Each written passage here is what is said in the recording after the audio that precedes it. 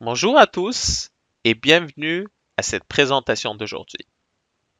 Comme vous voyez sur votre écran, notre sujet est comment maîtriser les rapports essentiels et comment outiller le comptable pour réussir grâce aux indicateurs clés de performance, ou autrement appelés KPIs.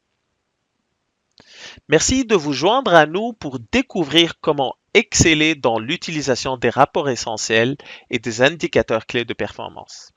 Ces outils indispensables permettent au comptable de transformer les informations en décisions stratégiques judicieuses, augmentant ainsi notre efficacité et notre compétitivité. Aujourd'hui, nous allons approfondir leur importance et leur application pour améliorer notre pratique professionnelle. Avant de commencer, j'aimerais me présenter. Pour ceux qui ne me connaissent pas, je m'appelle Selim et je suis consultant principal en solutions de gestion de cabinet chez Thomson Reuters. Je travaille pour notre compagnie depuis plus de 18 ans maintenant. Mon parcours a débuté en Europe au sein de la division Finance et Risques, où j'ai occupé plusieurs rôles dans l'analyse de données, la gestion de projets et la gestion d'équipe. En 2013, j'ai déménagé au Canada pour rejoindre la division fiscalité et comptabilité en tant que chef d'équipe pour notre produit pour consommateurs Impôt Expert, puis en 2015 en tant que responsable de l'équipe de gestion de cabinet.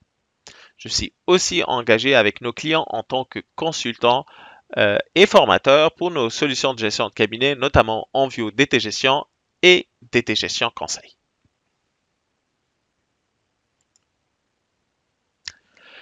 Concernant notre plan de présentation d'aujourd'hui, nous débuterons par une introduction au rapport opérationnel et au KPI. Pourquoi ces outils sont-ils si cruciaux? Les rapports opérationnels nous offrent des aperçus quotidiens de nos performances, tandis que les KPIs nous guident dans nos décisions stratégiques. Ils sont fondamentaux pour aligner nos actions avec les objectifs globaux de notre entreprise. Après avoir compris l'importance de ces outils, explorons comment nous pouvons préparer notre cabinet pour intégrer efficacement un système de reporting complet. Nous allons voir comment équiper notre cabinet des outils nécessaires pour un reporting robuste. Cela inclut le choix de logiciels de gestion de projet, de systèmes de facturation et d'outils de suivi budgétaire. La mise en place de ces systèmes est cruciale pour garantir l'exactitude et l'intégrité des données, ce qui nous permettra de prendre des décisions bien informées. Une fois notre système de reporting en place, il est temps de se pencher sur les rapports spécifiques qui vont nous aider à piloter nos opérations de manière optimale.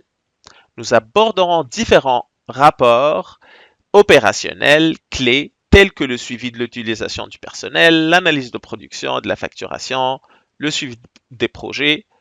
Chaque rapport joue un rôle spécifique pour nous aider à surveiller, améliorer nos processus internes et notre efficacité globale.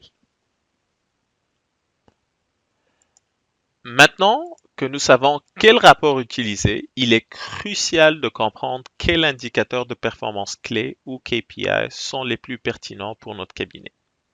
Dans cette partie de la présentation, nous examinerons comment identifier et définir les KPIs qui correspondent le mieux à nos objectifs opérationnels. Nous discuterons de la manière de choisir ces KPIs et le processus étape par étape pour les calculer efficacement. Ce processus nous aidera à assurer que nous mesurons ce qui est effectivement crucial pour le succès de notre cabinet. Avec nos KPIs clairement définis, il est essentiel de savoir comment les utiliser pour renforcer notre succès opérationnel. À travers l'illustration d'une firme comptable, nous verrons comment ces indicateurs peuvent être appliqués efficacement pour optimiser les performances et atteindre les objectifs stratégiques.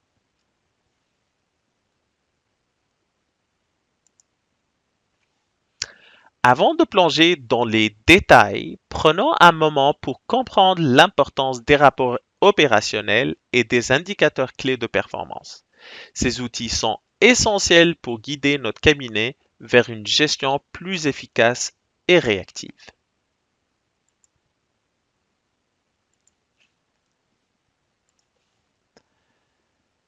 L'importance des rapports opérationnels. Commençons par comprendre pourquoi les rapports opérationnels sont essentiels pour le succès de notre cabinet comptable. Ces rapports nous offrent une vision claire et précise de notre activité quotidienne, nous permettant ainsi de surveiller notre efficacité opérationnelle et de détecter les problèmes en temps réel. Ils sont notre outil principal pour mesurer notre performance par rapport aux objectifs fixés et ajuster nos stratégies en conséquence. Passons aux indicateurs clés de performance. Les KPIs sont des mesures quantitatives spécifiquement choisies pour refléter les aspects critiques de notre performance opérationnelle. Par exemple, le taux d'utilisation du personnel, le taux de satisfaction client ou encore le délai moyen de traitement des dossiers sont des KPIs qui nous aident à évaluer notre efficacité et à identifier les axes d'amélioration. L'utilisation des KPIs présente plusieurs avantages. Premièrement, ils nous permettent de prendre des décisions basées sur des données et non sur des intuitions. Deuxièmement, les KPIs facilitent la communication des objectifs et des performances au sein de l'équipe, assurant ainsi que tous les membres sont alignés et motivés. Enfin, ils nous aident à anticiper les problèmes potentiels et à réagir rapidement, garantissant ainsi une gestion proactive de notre cabinet.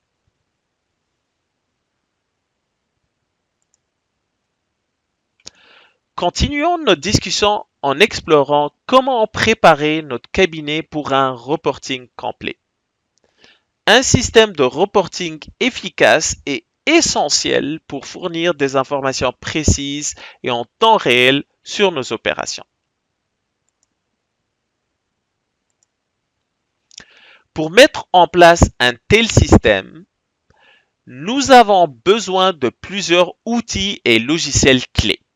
D'abord, un logiciel de gestion de projet pour suivre l'avancement de nos missions et la répartition des tâches. Ensuite, des systèmes de facturation pour automatiser et gérer nos processus de facturation de manière efficace. Enfin, des outils de suivi budgétaire sont indispensables pour comparer nos dépenses réelles à nos prévisions et ajuster nos plans financiers. La mise en place d'un système de reporting robuste commence par l'identification des besoins spécifiques dans notre cabinet. Il faut ensuite sélectionner et configurer les outils adaptés en s'assurant qu'ils peuvent intégrer et communiquer efficacement entre elles. Là où la formation de notre équipe à l'utilisation de ces outils est également cruciale pour garantir que tous les membres peuvent extraire et interpréter les données correctement. L'exactitude et l'intégrité des données sont fondamentales.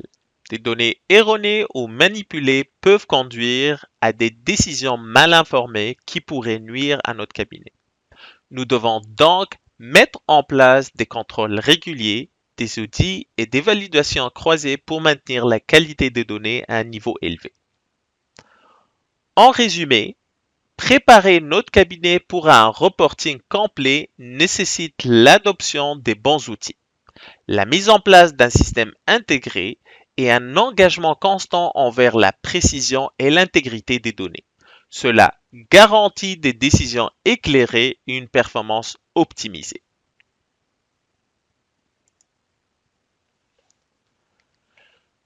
Dans cette section, nous allons explorer les rapports opérationnels clés qui sont essentiels pour évaluer et optimiser notre performance. Commençons par examiner l'importance des rapports d'utilisation et comment ils nous aident à suivre et améliorer l'efficacité de notre personnel. Passons à l'analyse, ou commençons plutôt par l'analyse de la production, un rapport essentiel pour évaluer l'efficacité de notre production et optimiser notre performance globale. Découvrons comment ces données peuvent nous guider dans la prise de décision stratégique. Le rapport nous permet l'évaluation de la performance. En termes de performance individuelle, notre rapport nous permet d'évaluer la productivité et la contribution financière de chaque employé. Par exemple, Simon Leblanc se distingue par le montant facturable et la marge les plus élevés, indiquant une performance remarquable.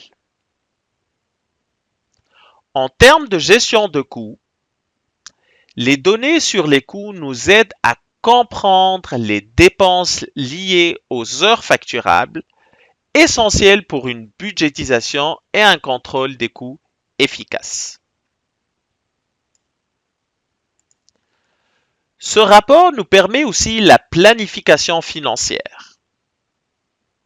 Pour les prévisions des revenus, en analysant les montants facturables et les marges, nous pouvons prévoir nos revenus futurs et fixer des objectifs financiers précis. Pour l'analyse de la rentabilité, les pourcentages de marge fournissent des informations précieuses sur la rentabilité de nos services. Le rapport nous permet aussi l'allocation des ressources. En termes de distribution de la charge de travail, ce rapport nous montre comment les heures facturables sont réparties parmi les employés. Ce qui nous aide à équilibrer les charges de travail et à optimiser l'allocation des ressources. En termes de gestion de projet, identifier les contributeurs clés nous permet d'assigner des tâches critiques aux employés les plus performants.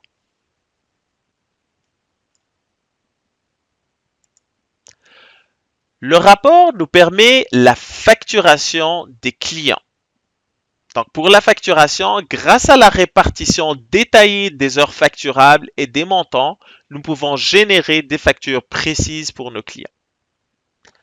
En termes de transparence, cela assure un enregistrement clair pour que nos clients comprennent la structure de facturation et les heures travaillées. Le rapport nous permet la prise de décision stratégique. En termes de tarification des services, les données sur les marges et les coûts nous aident à informer nos décisions sur les stratégies de tarification. Pour la formation des employés, en identifiant les marges les plus faibles, nous pouvons déterminer où une formation ou des améliorations de processus sont nécessaires. Ces éléments constituent un outil complet pour optimiser nos opérations, notre santé financière et la performance de nos employés. Passons maintenant au rapport de l'analyse de facturation, où nous allons explorer comment surveiller efficacement nos processus de facturation et la reconnaissance des revenus pour optimiser notre rentabilité et notre gestion de coûts. Ce rapport de facturation fournit une vue détaillée des heures ou des unités facturées, des montants facturés, des ajustements, des coûts directs et des marges pour chaque client sur une période spécifique. Voici quelques utilisations potentielles pour ce rapport.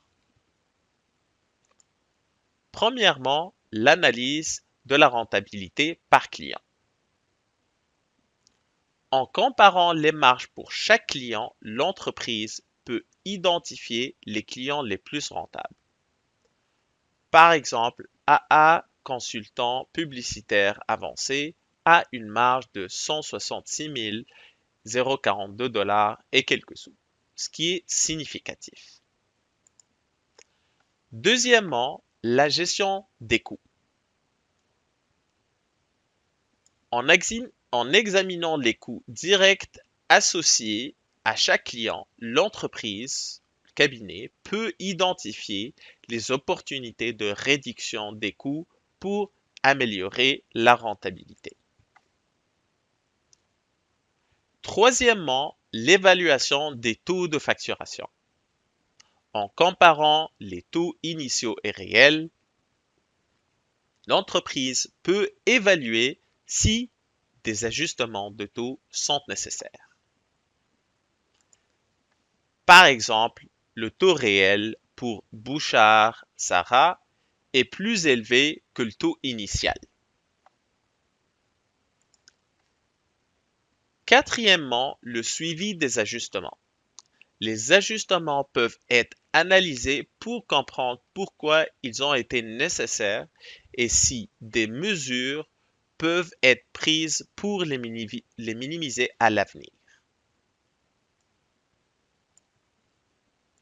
Cinquièmement, les prévisions financières. Les totaux globaux permettent de faire des prévisions financières et de planifier les budgets futurs en se basant sur les tendances historiques. Sixièmement, la gestion des relations clients.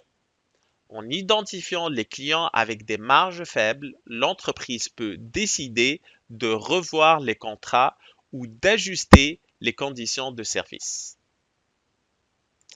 Septièmement, la stratégie de prix. En analysant les taux réels facturés, l'entreprise peut ajuster sa stratégie de prix pour maximiser les revenus tout en restant compétitive. Enfin, l'évaluation de la charge de travail. Donc, en examinant la charge de travail pour chaque client, l'entreprise peut mieux gérer la répartition des ressources et identifier les besoins en personnel. Passons maintenant au rapport d'avancement des projets. C'est un outil essentiel pour suivre les jalons, les échéances et l'avancement global de nos projets. Ce rapport nous montre quels projets ont démarré, ceux en cours et ceux qui ne sont pas encore commencés. Cela permet d'identifier les retards potentiels et de réaffecter les ressources si nécessaire. D'abord, voyons la gestion des échéances.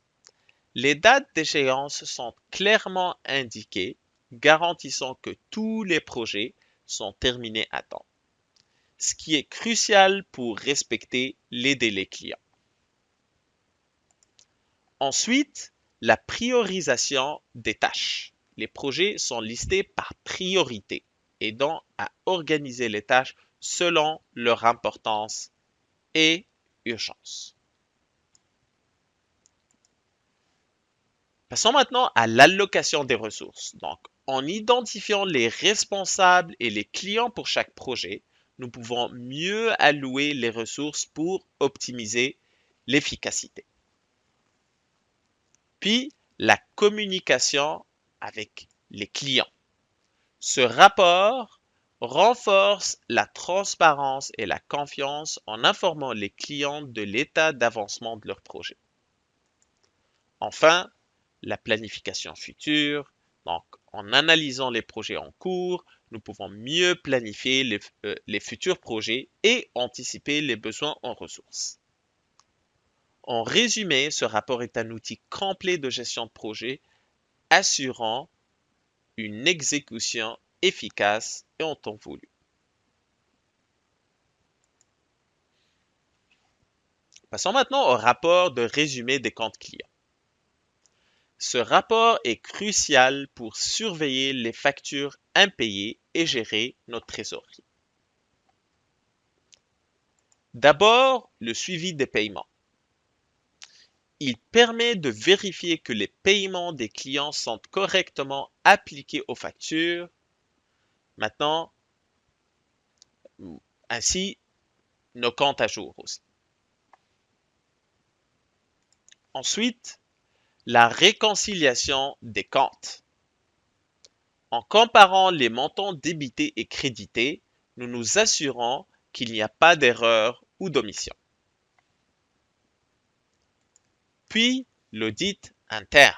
Ce rapport est un outil précieux pour vérifier la précision de nos enregistrements financiers.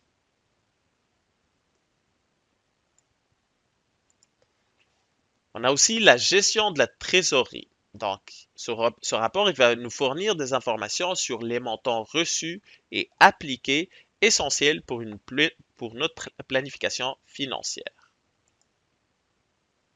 Donc, ce rapport va être aussi utilisé pour préparer des rapports mensuels ou trimestriels où il détaille les transactions de compte client. Enfin, l'analyse de performance. Donc, en identifiant les tendances de paiement, nous pouvons évaluer la santé financière de l'entreprise. En résumé, ce rapport est un outil essentiel pour assurer que toutes les transactions clients sont correctement enregistrées et suivies.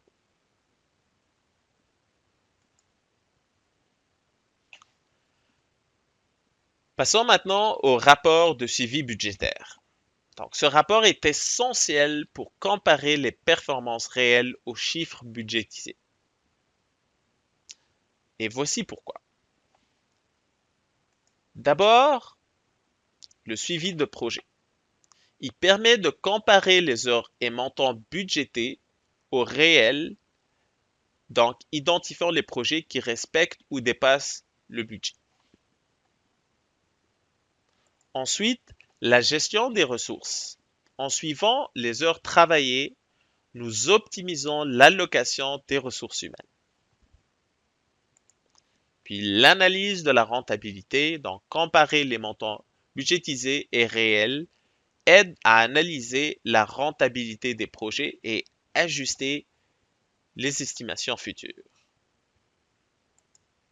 On a aussi la planification financière, puisque le rapport fournit des données cruciales pour prévoir nos besoins en trésorerie et planifier les dépenses futures. Enfin, l'évaluation de la performance, donc les responsables de projet peuvent évaluer leur performance par rapport au budget et délai, facilitant les discussions sur les améliorations possibles. En résumé, ce rapport est un outil précieux pour la gestion de projet et l'optimisation de ressources. Passons maintenant à la section suivante, dans laquelle nous allons aborder l'identification et la définition des KPI pertinents pour notre cabinet.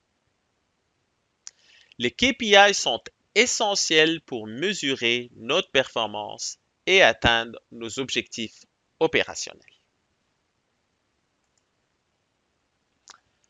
Choisir les bons indicateurs clés de performance ou KPI commence par une compréhension claire de nos objectifs stratégiques et opérationnels. D'abord, le choix des objectifs. Premièrement, l'analyse stratégique. Identifier les priorités stratégiques à long terme. Deuxièmement, des objectifs spécifiques. Définissez des objectifs clairs et mesurables tels que l'amélioration de la satisfaction client, l'augmentation de l'efficacité opérationnelle ou bien l'expansion du marché. Ensuite, on va avoir la sélection des indicateurs. Premièrement, l'alignement avec les objectifs. Choisissez des KPIs qui reflètent directement vos objectifs. Par exemple, pour un objectif de satisfaction client, des indicateurs comme le Net Promoter Score ou le NPS ou le taux de fidélisation client sont pertinents. Deuxièmement, la mesurabilité. Assurez-vous que les KPI sont facilement mesurables avec des données disponibles et fiables. Troisièmement, la pertinence et actionnabilité. Les KPIs doivent être pertinents pour votre secteur et doivent permettre des actions correctives. Ils doivent aider à prendre des décisions éclairées. Et finalement, la fréquence et délai. Déterminer à quelle fréquence les KPIs seront mesurés et analysés pour s'assurer qu'ils restent pertinents. Donc, en suivant ces étapes, vous pouvez vous assurer que vos KPIs sont bien alignés avec les objectifs de votre cabinet et qu'ils fournissent des informations précieuses pour améliorer la performance.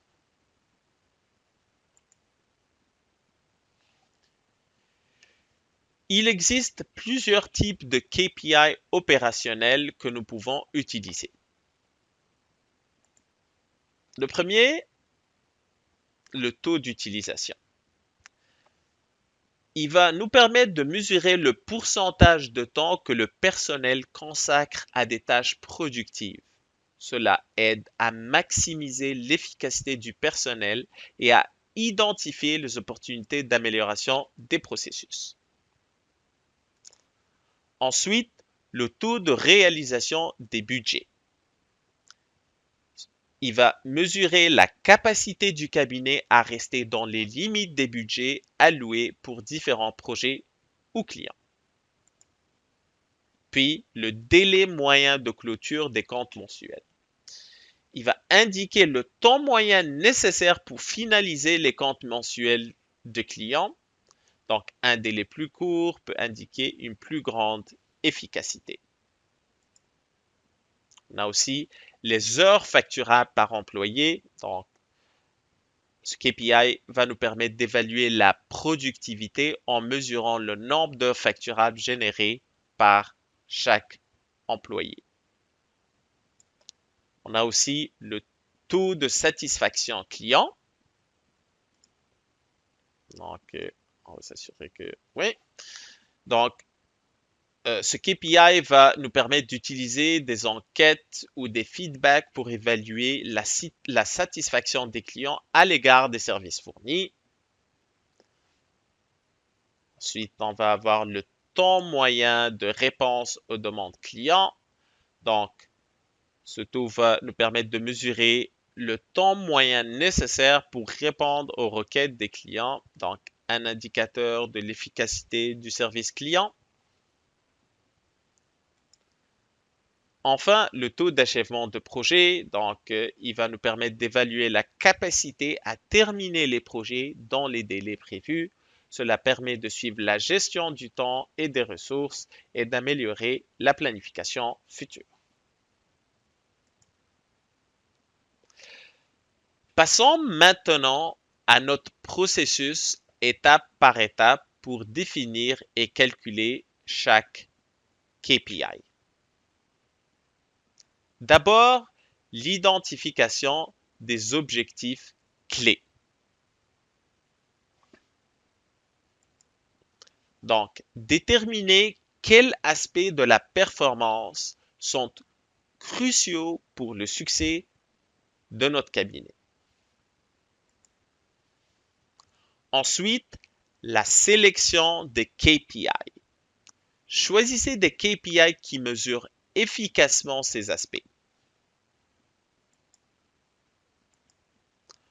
Ensuite, la sélection, on a dit, ensuite, ça va être la définition des métriques. Donc, on va définir clairement ce que chaque KPI mesurera et comment. Après, on va avoir la collecte des données. Donc, vous allez mettre en place les systèmes nécessaires pour recueillir les données et les résultats. Après, on va analyser les résultats. Donc, on va examiner les données collectées pour évaluer la performance par rapport aux objectifs qu'on a déjà fixés et identifier les tendances, les écarts et les opportunités d'amélioration. Enfin, on va avoir le plan d'action. Donc, on va mettre en œuvre des actions spécifiques pour atteindre les objectifs stratégiques et opérationnels du cabinet.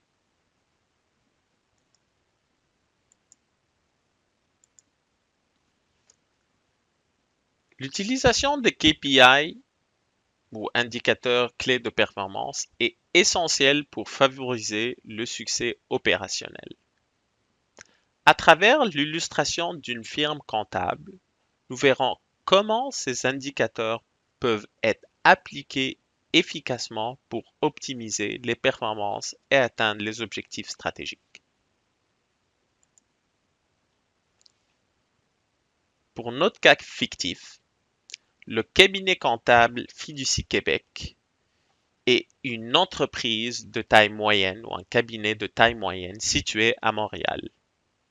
Il offre des services de comptabilité, de fiscalité et de conseil financier à une clientèle diversifiée, incluant des PME et des travailleurs autonomes.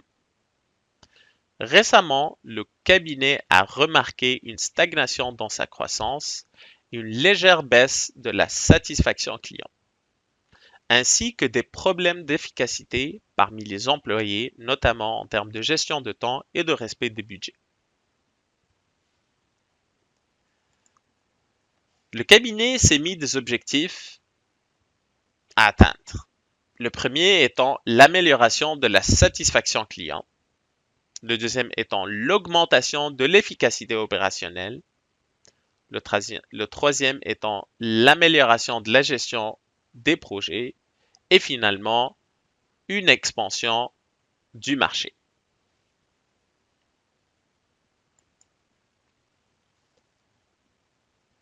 Le choix des KPI est une étape cruciale pour assurer le succès opérationnel d'une firme comptable comme Fiducie. En sélectionnant les indicateurs les plus pertinents, nous pouvons mieux aligner nos stratégies avec les objectifs de performance et garantir une gestion efficace. La première étape essentielle dans le processus de sélection de KPI est l'identification des objectifs clés. Pour une firme comptable comme Fiducie, ces objectifs incluent la satisfaction client, donc assurer un service de haute qualité pour maintenir et améliorer la satisfaction des clients. L'efficacité opérationnelle, donc optimiser les processus internes pour accroître la productivité et réduire les coûts. La gestion des projets, donc on veut suivre et évaluer la performance des projets pour garantir leur succès et le respect des délais. Finalement, la fidélisation où on veut renforcer les relations avec les clients existants pour encourager leur loyauté et prolonger les collaborations. En identifiant clairement ces objectifs, nous pouvons sélectionner les KPI les plus pertinents pour mesurer notre succès et orienter nos actions stratégiques. La deuxième étape dans le processus est la sélection des KPI, essentiels pour mesurer et suivre nos objectifs. Pour Fiducie, cela inclut un taux de satisfaction client, mesuré à travers des enquêtes trimestrielles pour garantir la qualité du service. Le délai moyen de clôture des comptes mensuels, à travers un suivi mensuel pour optimiser l'efficacité opérationnelle. Le taux de renouvellement des contrats clients, donc on va faire une analyse annuelle pour évaluer la fidélisation. Les heures facturables par employé, donc ça va être un suivi mensuel pour évaluer la productivité individuelle. Un taux d'achèvement des projets, il va être suivi par un suivi trimestriel pour s'assurer du respect des délais. Après, on va avoir un taux de réalisation des budgets avec une analyse trimestrielle pour surveiller la gestion budgétaire. En sélectionnant ces KPIs, nous pouvons effectivement et efficacement évaluer notre performance et ajuster nos stratégies en conséquence. La troisième étape est la définition des métriques qui va nous permettre de quantifier nos KPI de manière précise. Donc, pour Fiducie, cela va inclure, donc, en alignant les KPI avec les résultats. Donc, vous pouvez voir dans l'écran, donc, pour le premier, il y a le taux de satisfaction client et après, on a mis les résultats juste en avant. Donc, mesuré par un score de 1 à 10 pour évaluer la perception des clients. Donc, pour ce qui concerne le délai de clôture, donc, ça va être mesuré en jours pour suivre l'efficacité des processus comptables. Après, on va avoir le taux de renouvellement exprimé en pourcentage pour analyser la fidélisation des clients. Après, on va avoir les heures facturables. Ça va être mesuré en heures par mois pour suivre la productivité des employés. On va regarder aussi le taux d'achèvement. Ça va être mesuré en pourcentage de projets terminés à temps pour garantir le respect des délais. Et finalement, le taux de réalisation des budgets, ça va être exprimé en pourcentage pour surveiller la gestion budgétaire. Donc, ces métriques nous permettent de suivre et d'améliorer notre performance de manière concrète et mesurable. Donc, la quatrième étape est la collecte de données essentielles pour une analyse précise des KPI. Donc, pour Fiducie, cela inclut les heures facturables. Donc, on va utiliser des logiciels de gestion de projet et de temps pour un suivi précis. Pour ce qui concerne le suivi de projet, on va utiliser d'outils comme les outils de gestion de projet pour surveiller l'avancement de l'achèvement. Pour ce qui concerne la satisfaction client, on peut utiliser des CRM pour réaliser et analyser les enquêtes de satisfaction. Pour le délai de clôture, l'utilisation des systèmes de gestion comptable pour suivre le processus de clôture. Pour les renouvellements de contrats, on va utiliser la base de données client pour analyser les taux de renouvellement. Donc, ces outils vont nous permettre de collecter les données fiables pour évaluer et améliorer notre performance. Donc maintenant, les résultats obtenus grâce à notre suivi des KPI vont montrer, donc encore c'est un cas fictif, pour le taux de satisfaction client, on a en fait déterminé que c'était un 7.5 sur 10. Pour le délai moyen de clôture de compte mensuel, c'était un 30 jours. Pour le taux de renouvellement des contrats clients, c'était un 75%. Pour les heures facturables par employé, c'était 90 heures par mois. Pour le taux d'achèvement des projets, c'était un 70%. Et le taux de réalisation de budget, c'était un 70%. Maintenant, la lecture des résultats va nous offrir des perspectives claires sur les performances actuelles de Fiducie. Donc, pour ce qui concerne le taux de satisfaction client, c'est un taux moyen, ce qui suggère des améliorations possibles dans le service client pour mieux répondre aux attentes.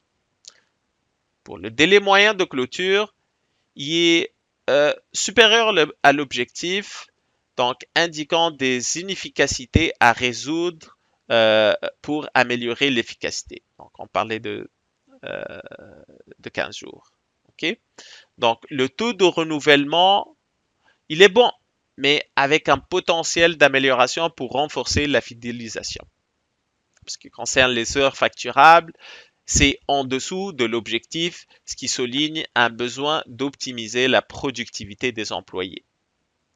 Le taux d'achèvement des projets est assez faible, ce qui suggère des problèmes de gestion de temps nécessitant une attention particulière. Le taux de réalisation des budgets est proche de l'objectif, mais nécessite encore des améliorations pour une gestion budgétaire optimale. Donc, ces analyses nous aident à identifier les domaines clés pour des améliorations continues et un meilleur alignement stratégique.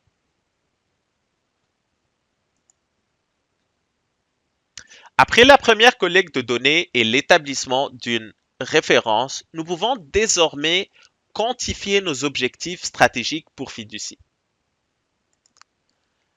L'amélioration En ce qui concerne l'amélioration de la satisfaction client, nous visons à augmenter le taux de satisfaction des clients de 15% en un an. Donc, une augmentation aussi de l'efficacité opérationnelle. Notre objectif est de réduire le délai moyen de clôture des comptes mensuels de 50%. Donc, passons de 30 jours à 15 jours. Nous souhaitons aussi améliorer le nombre d'heures facturables par employé de 40%, passant de 90 à 126 heures.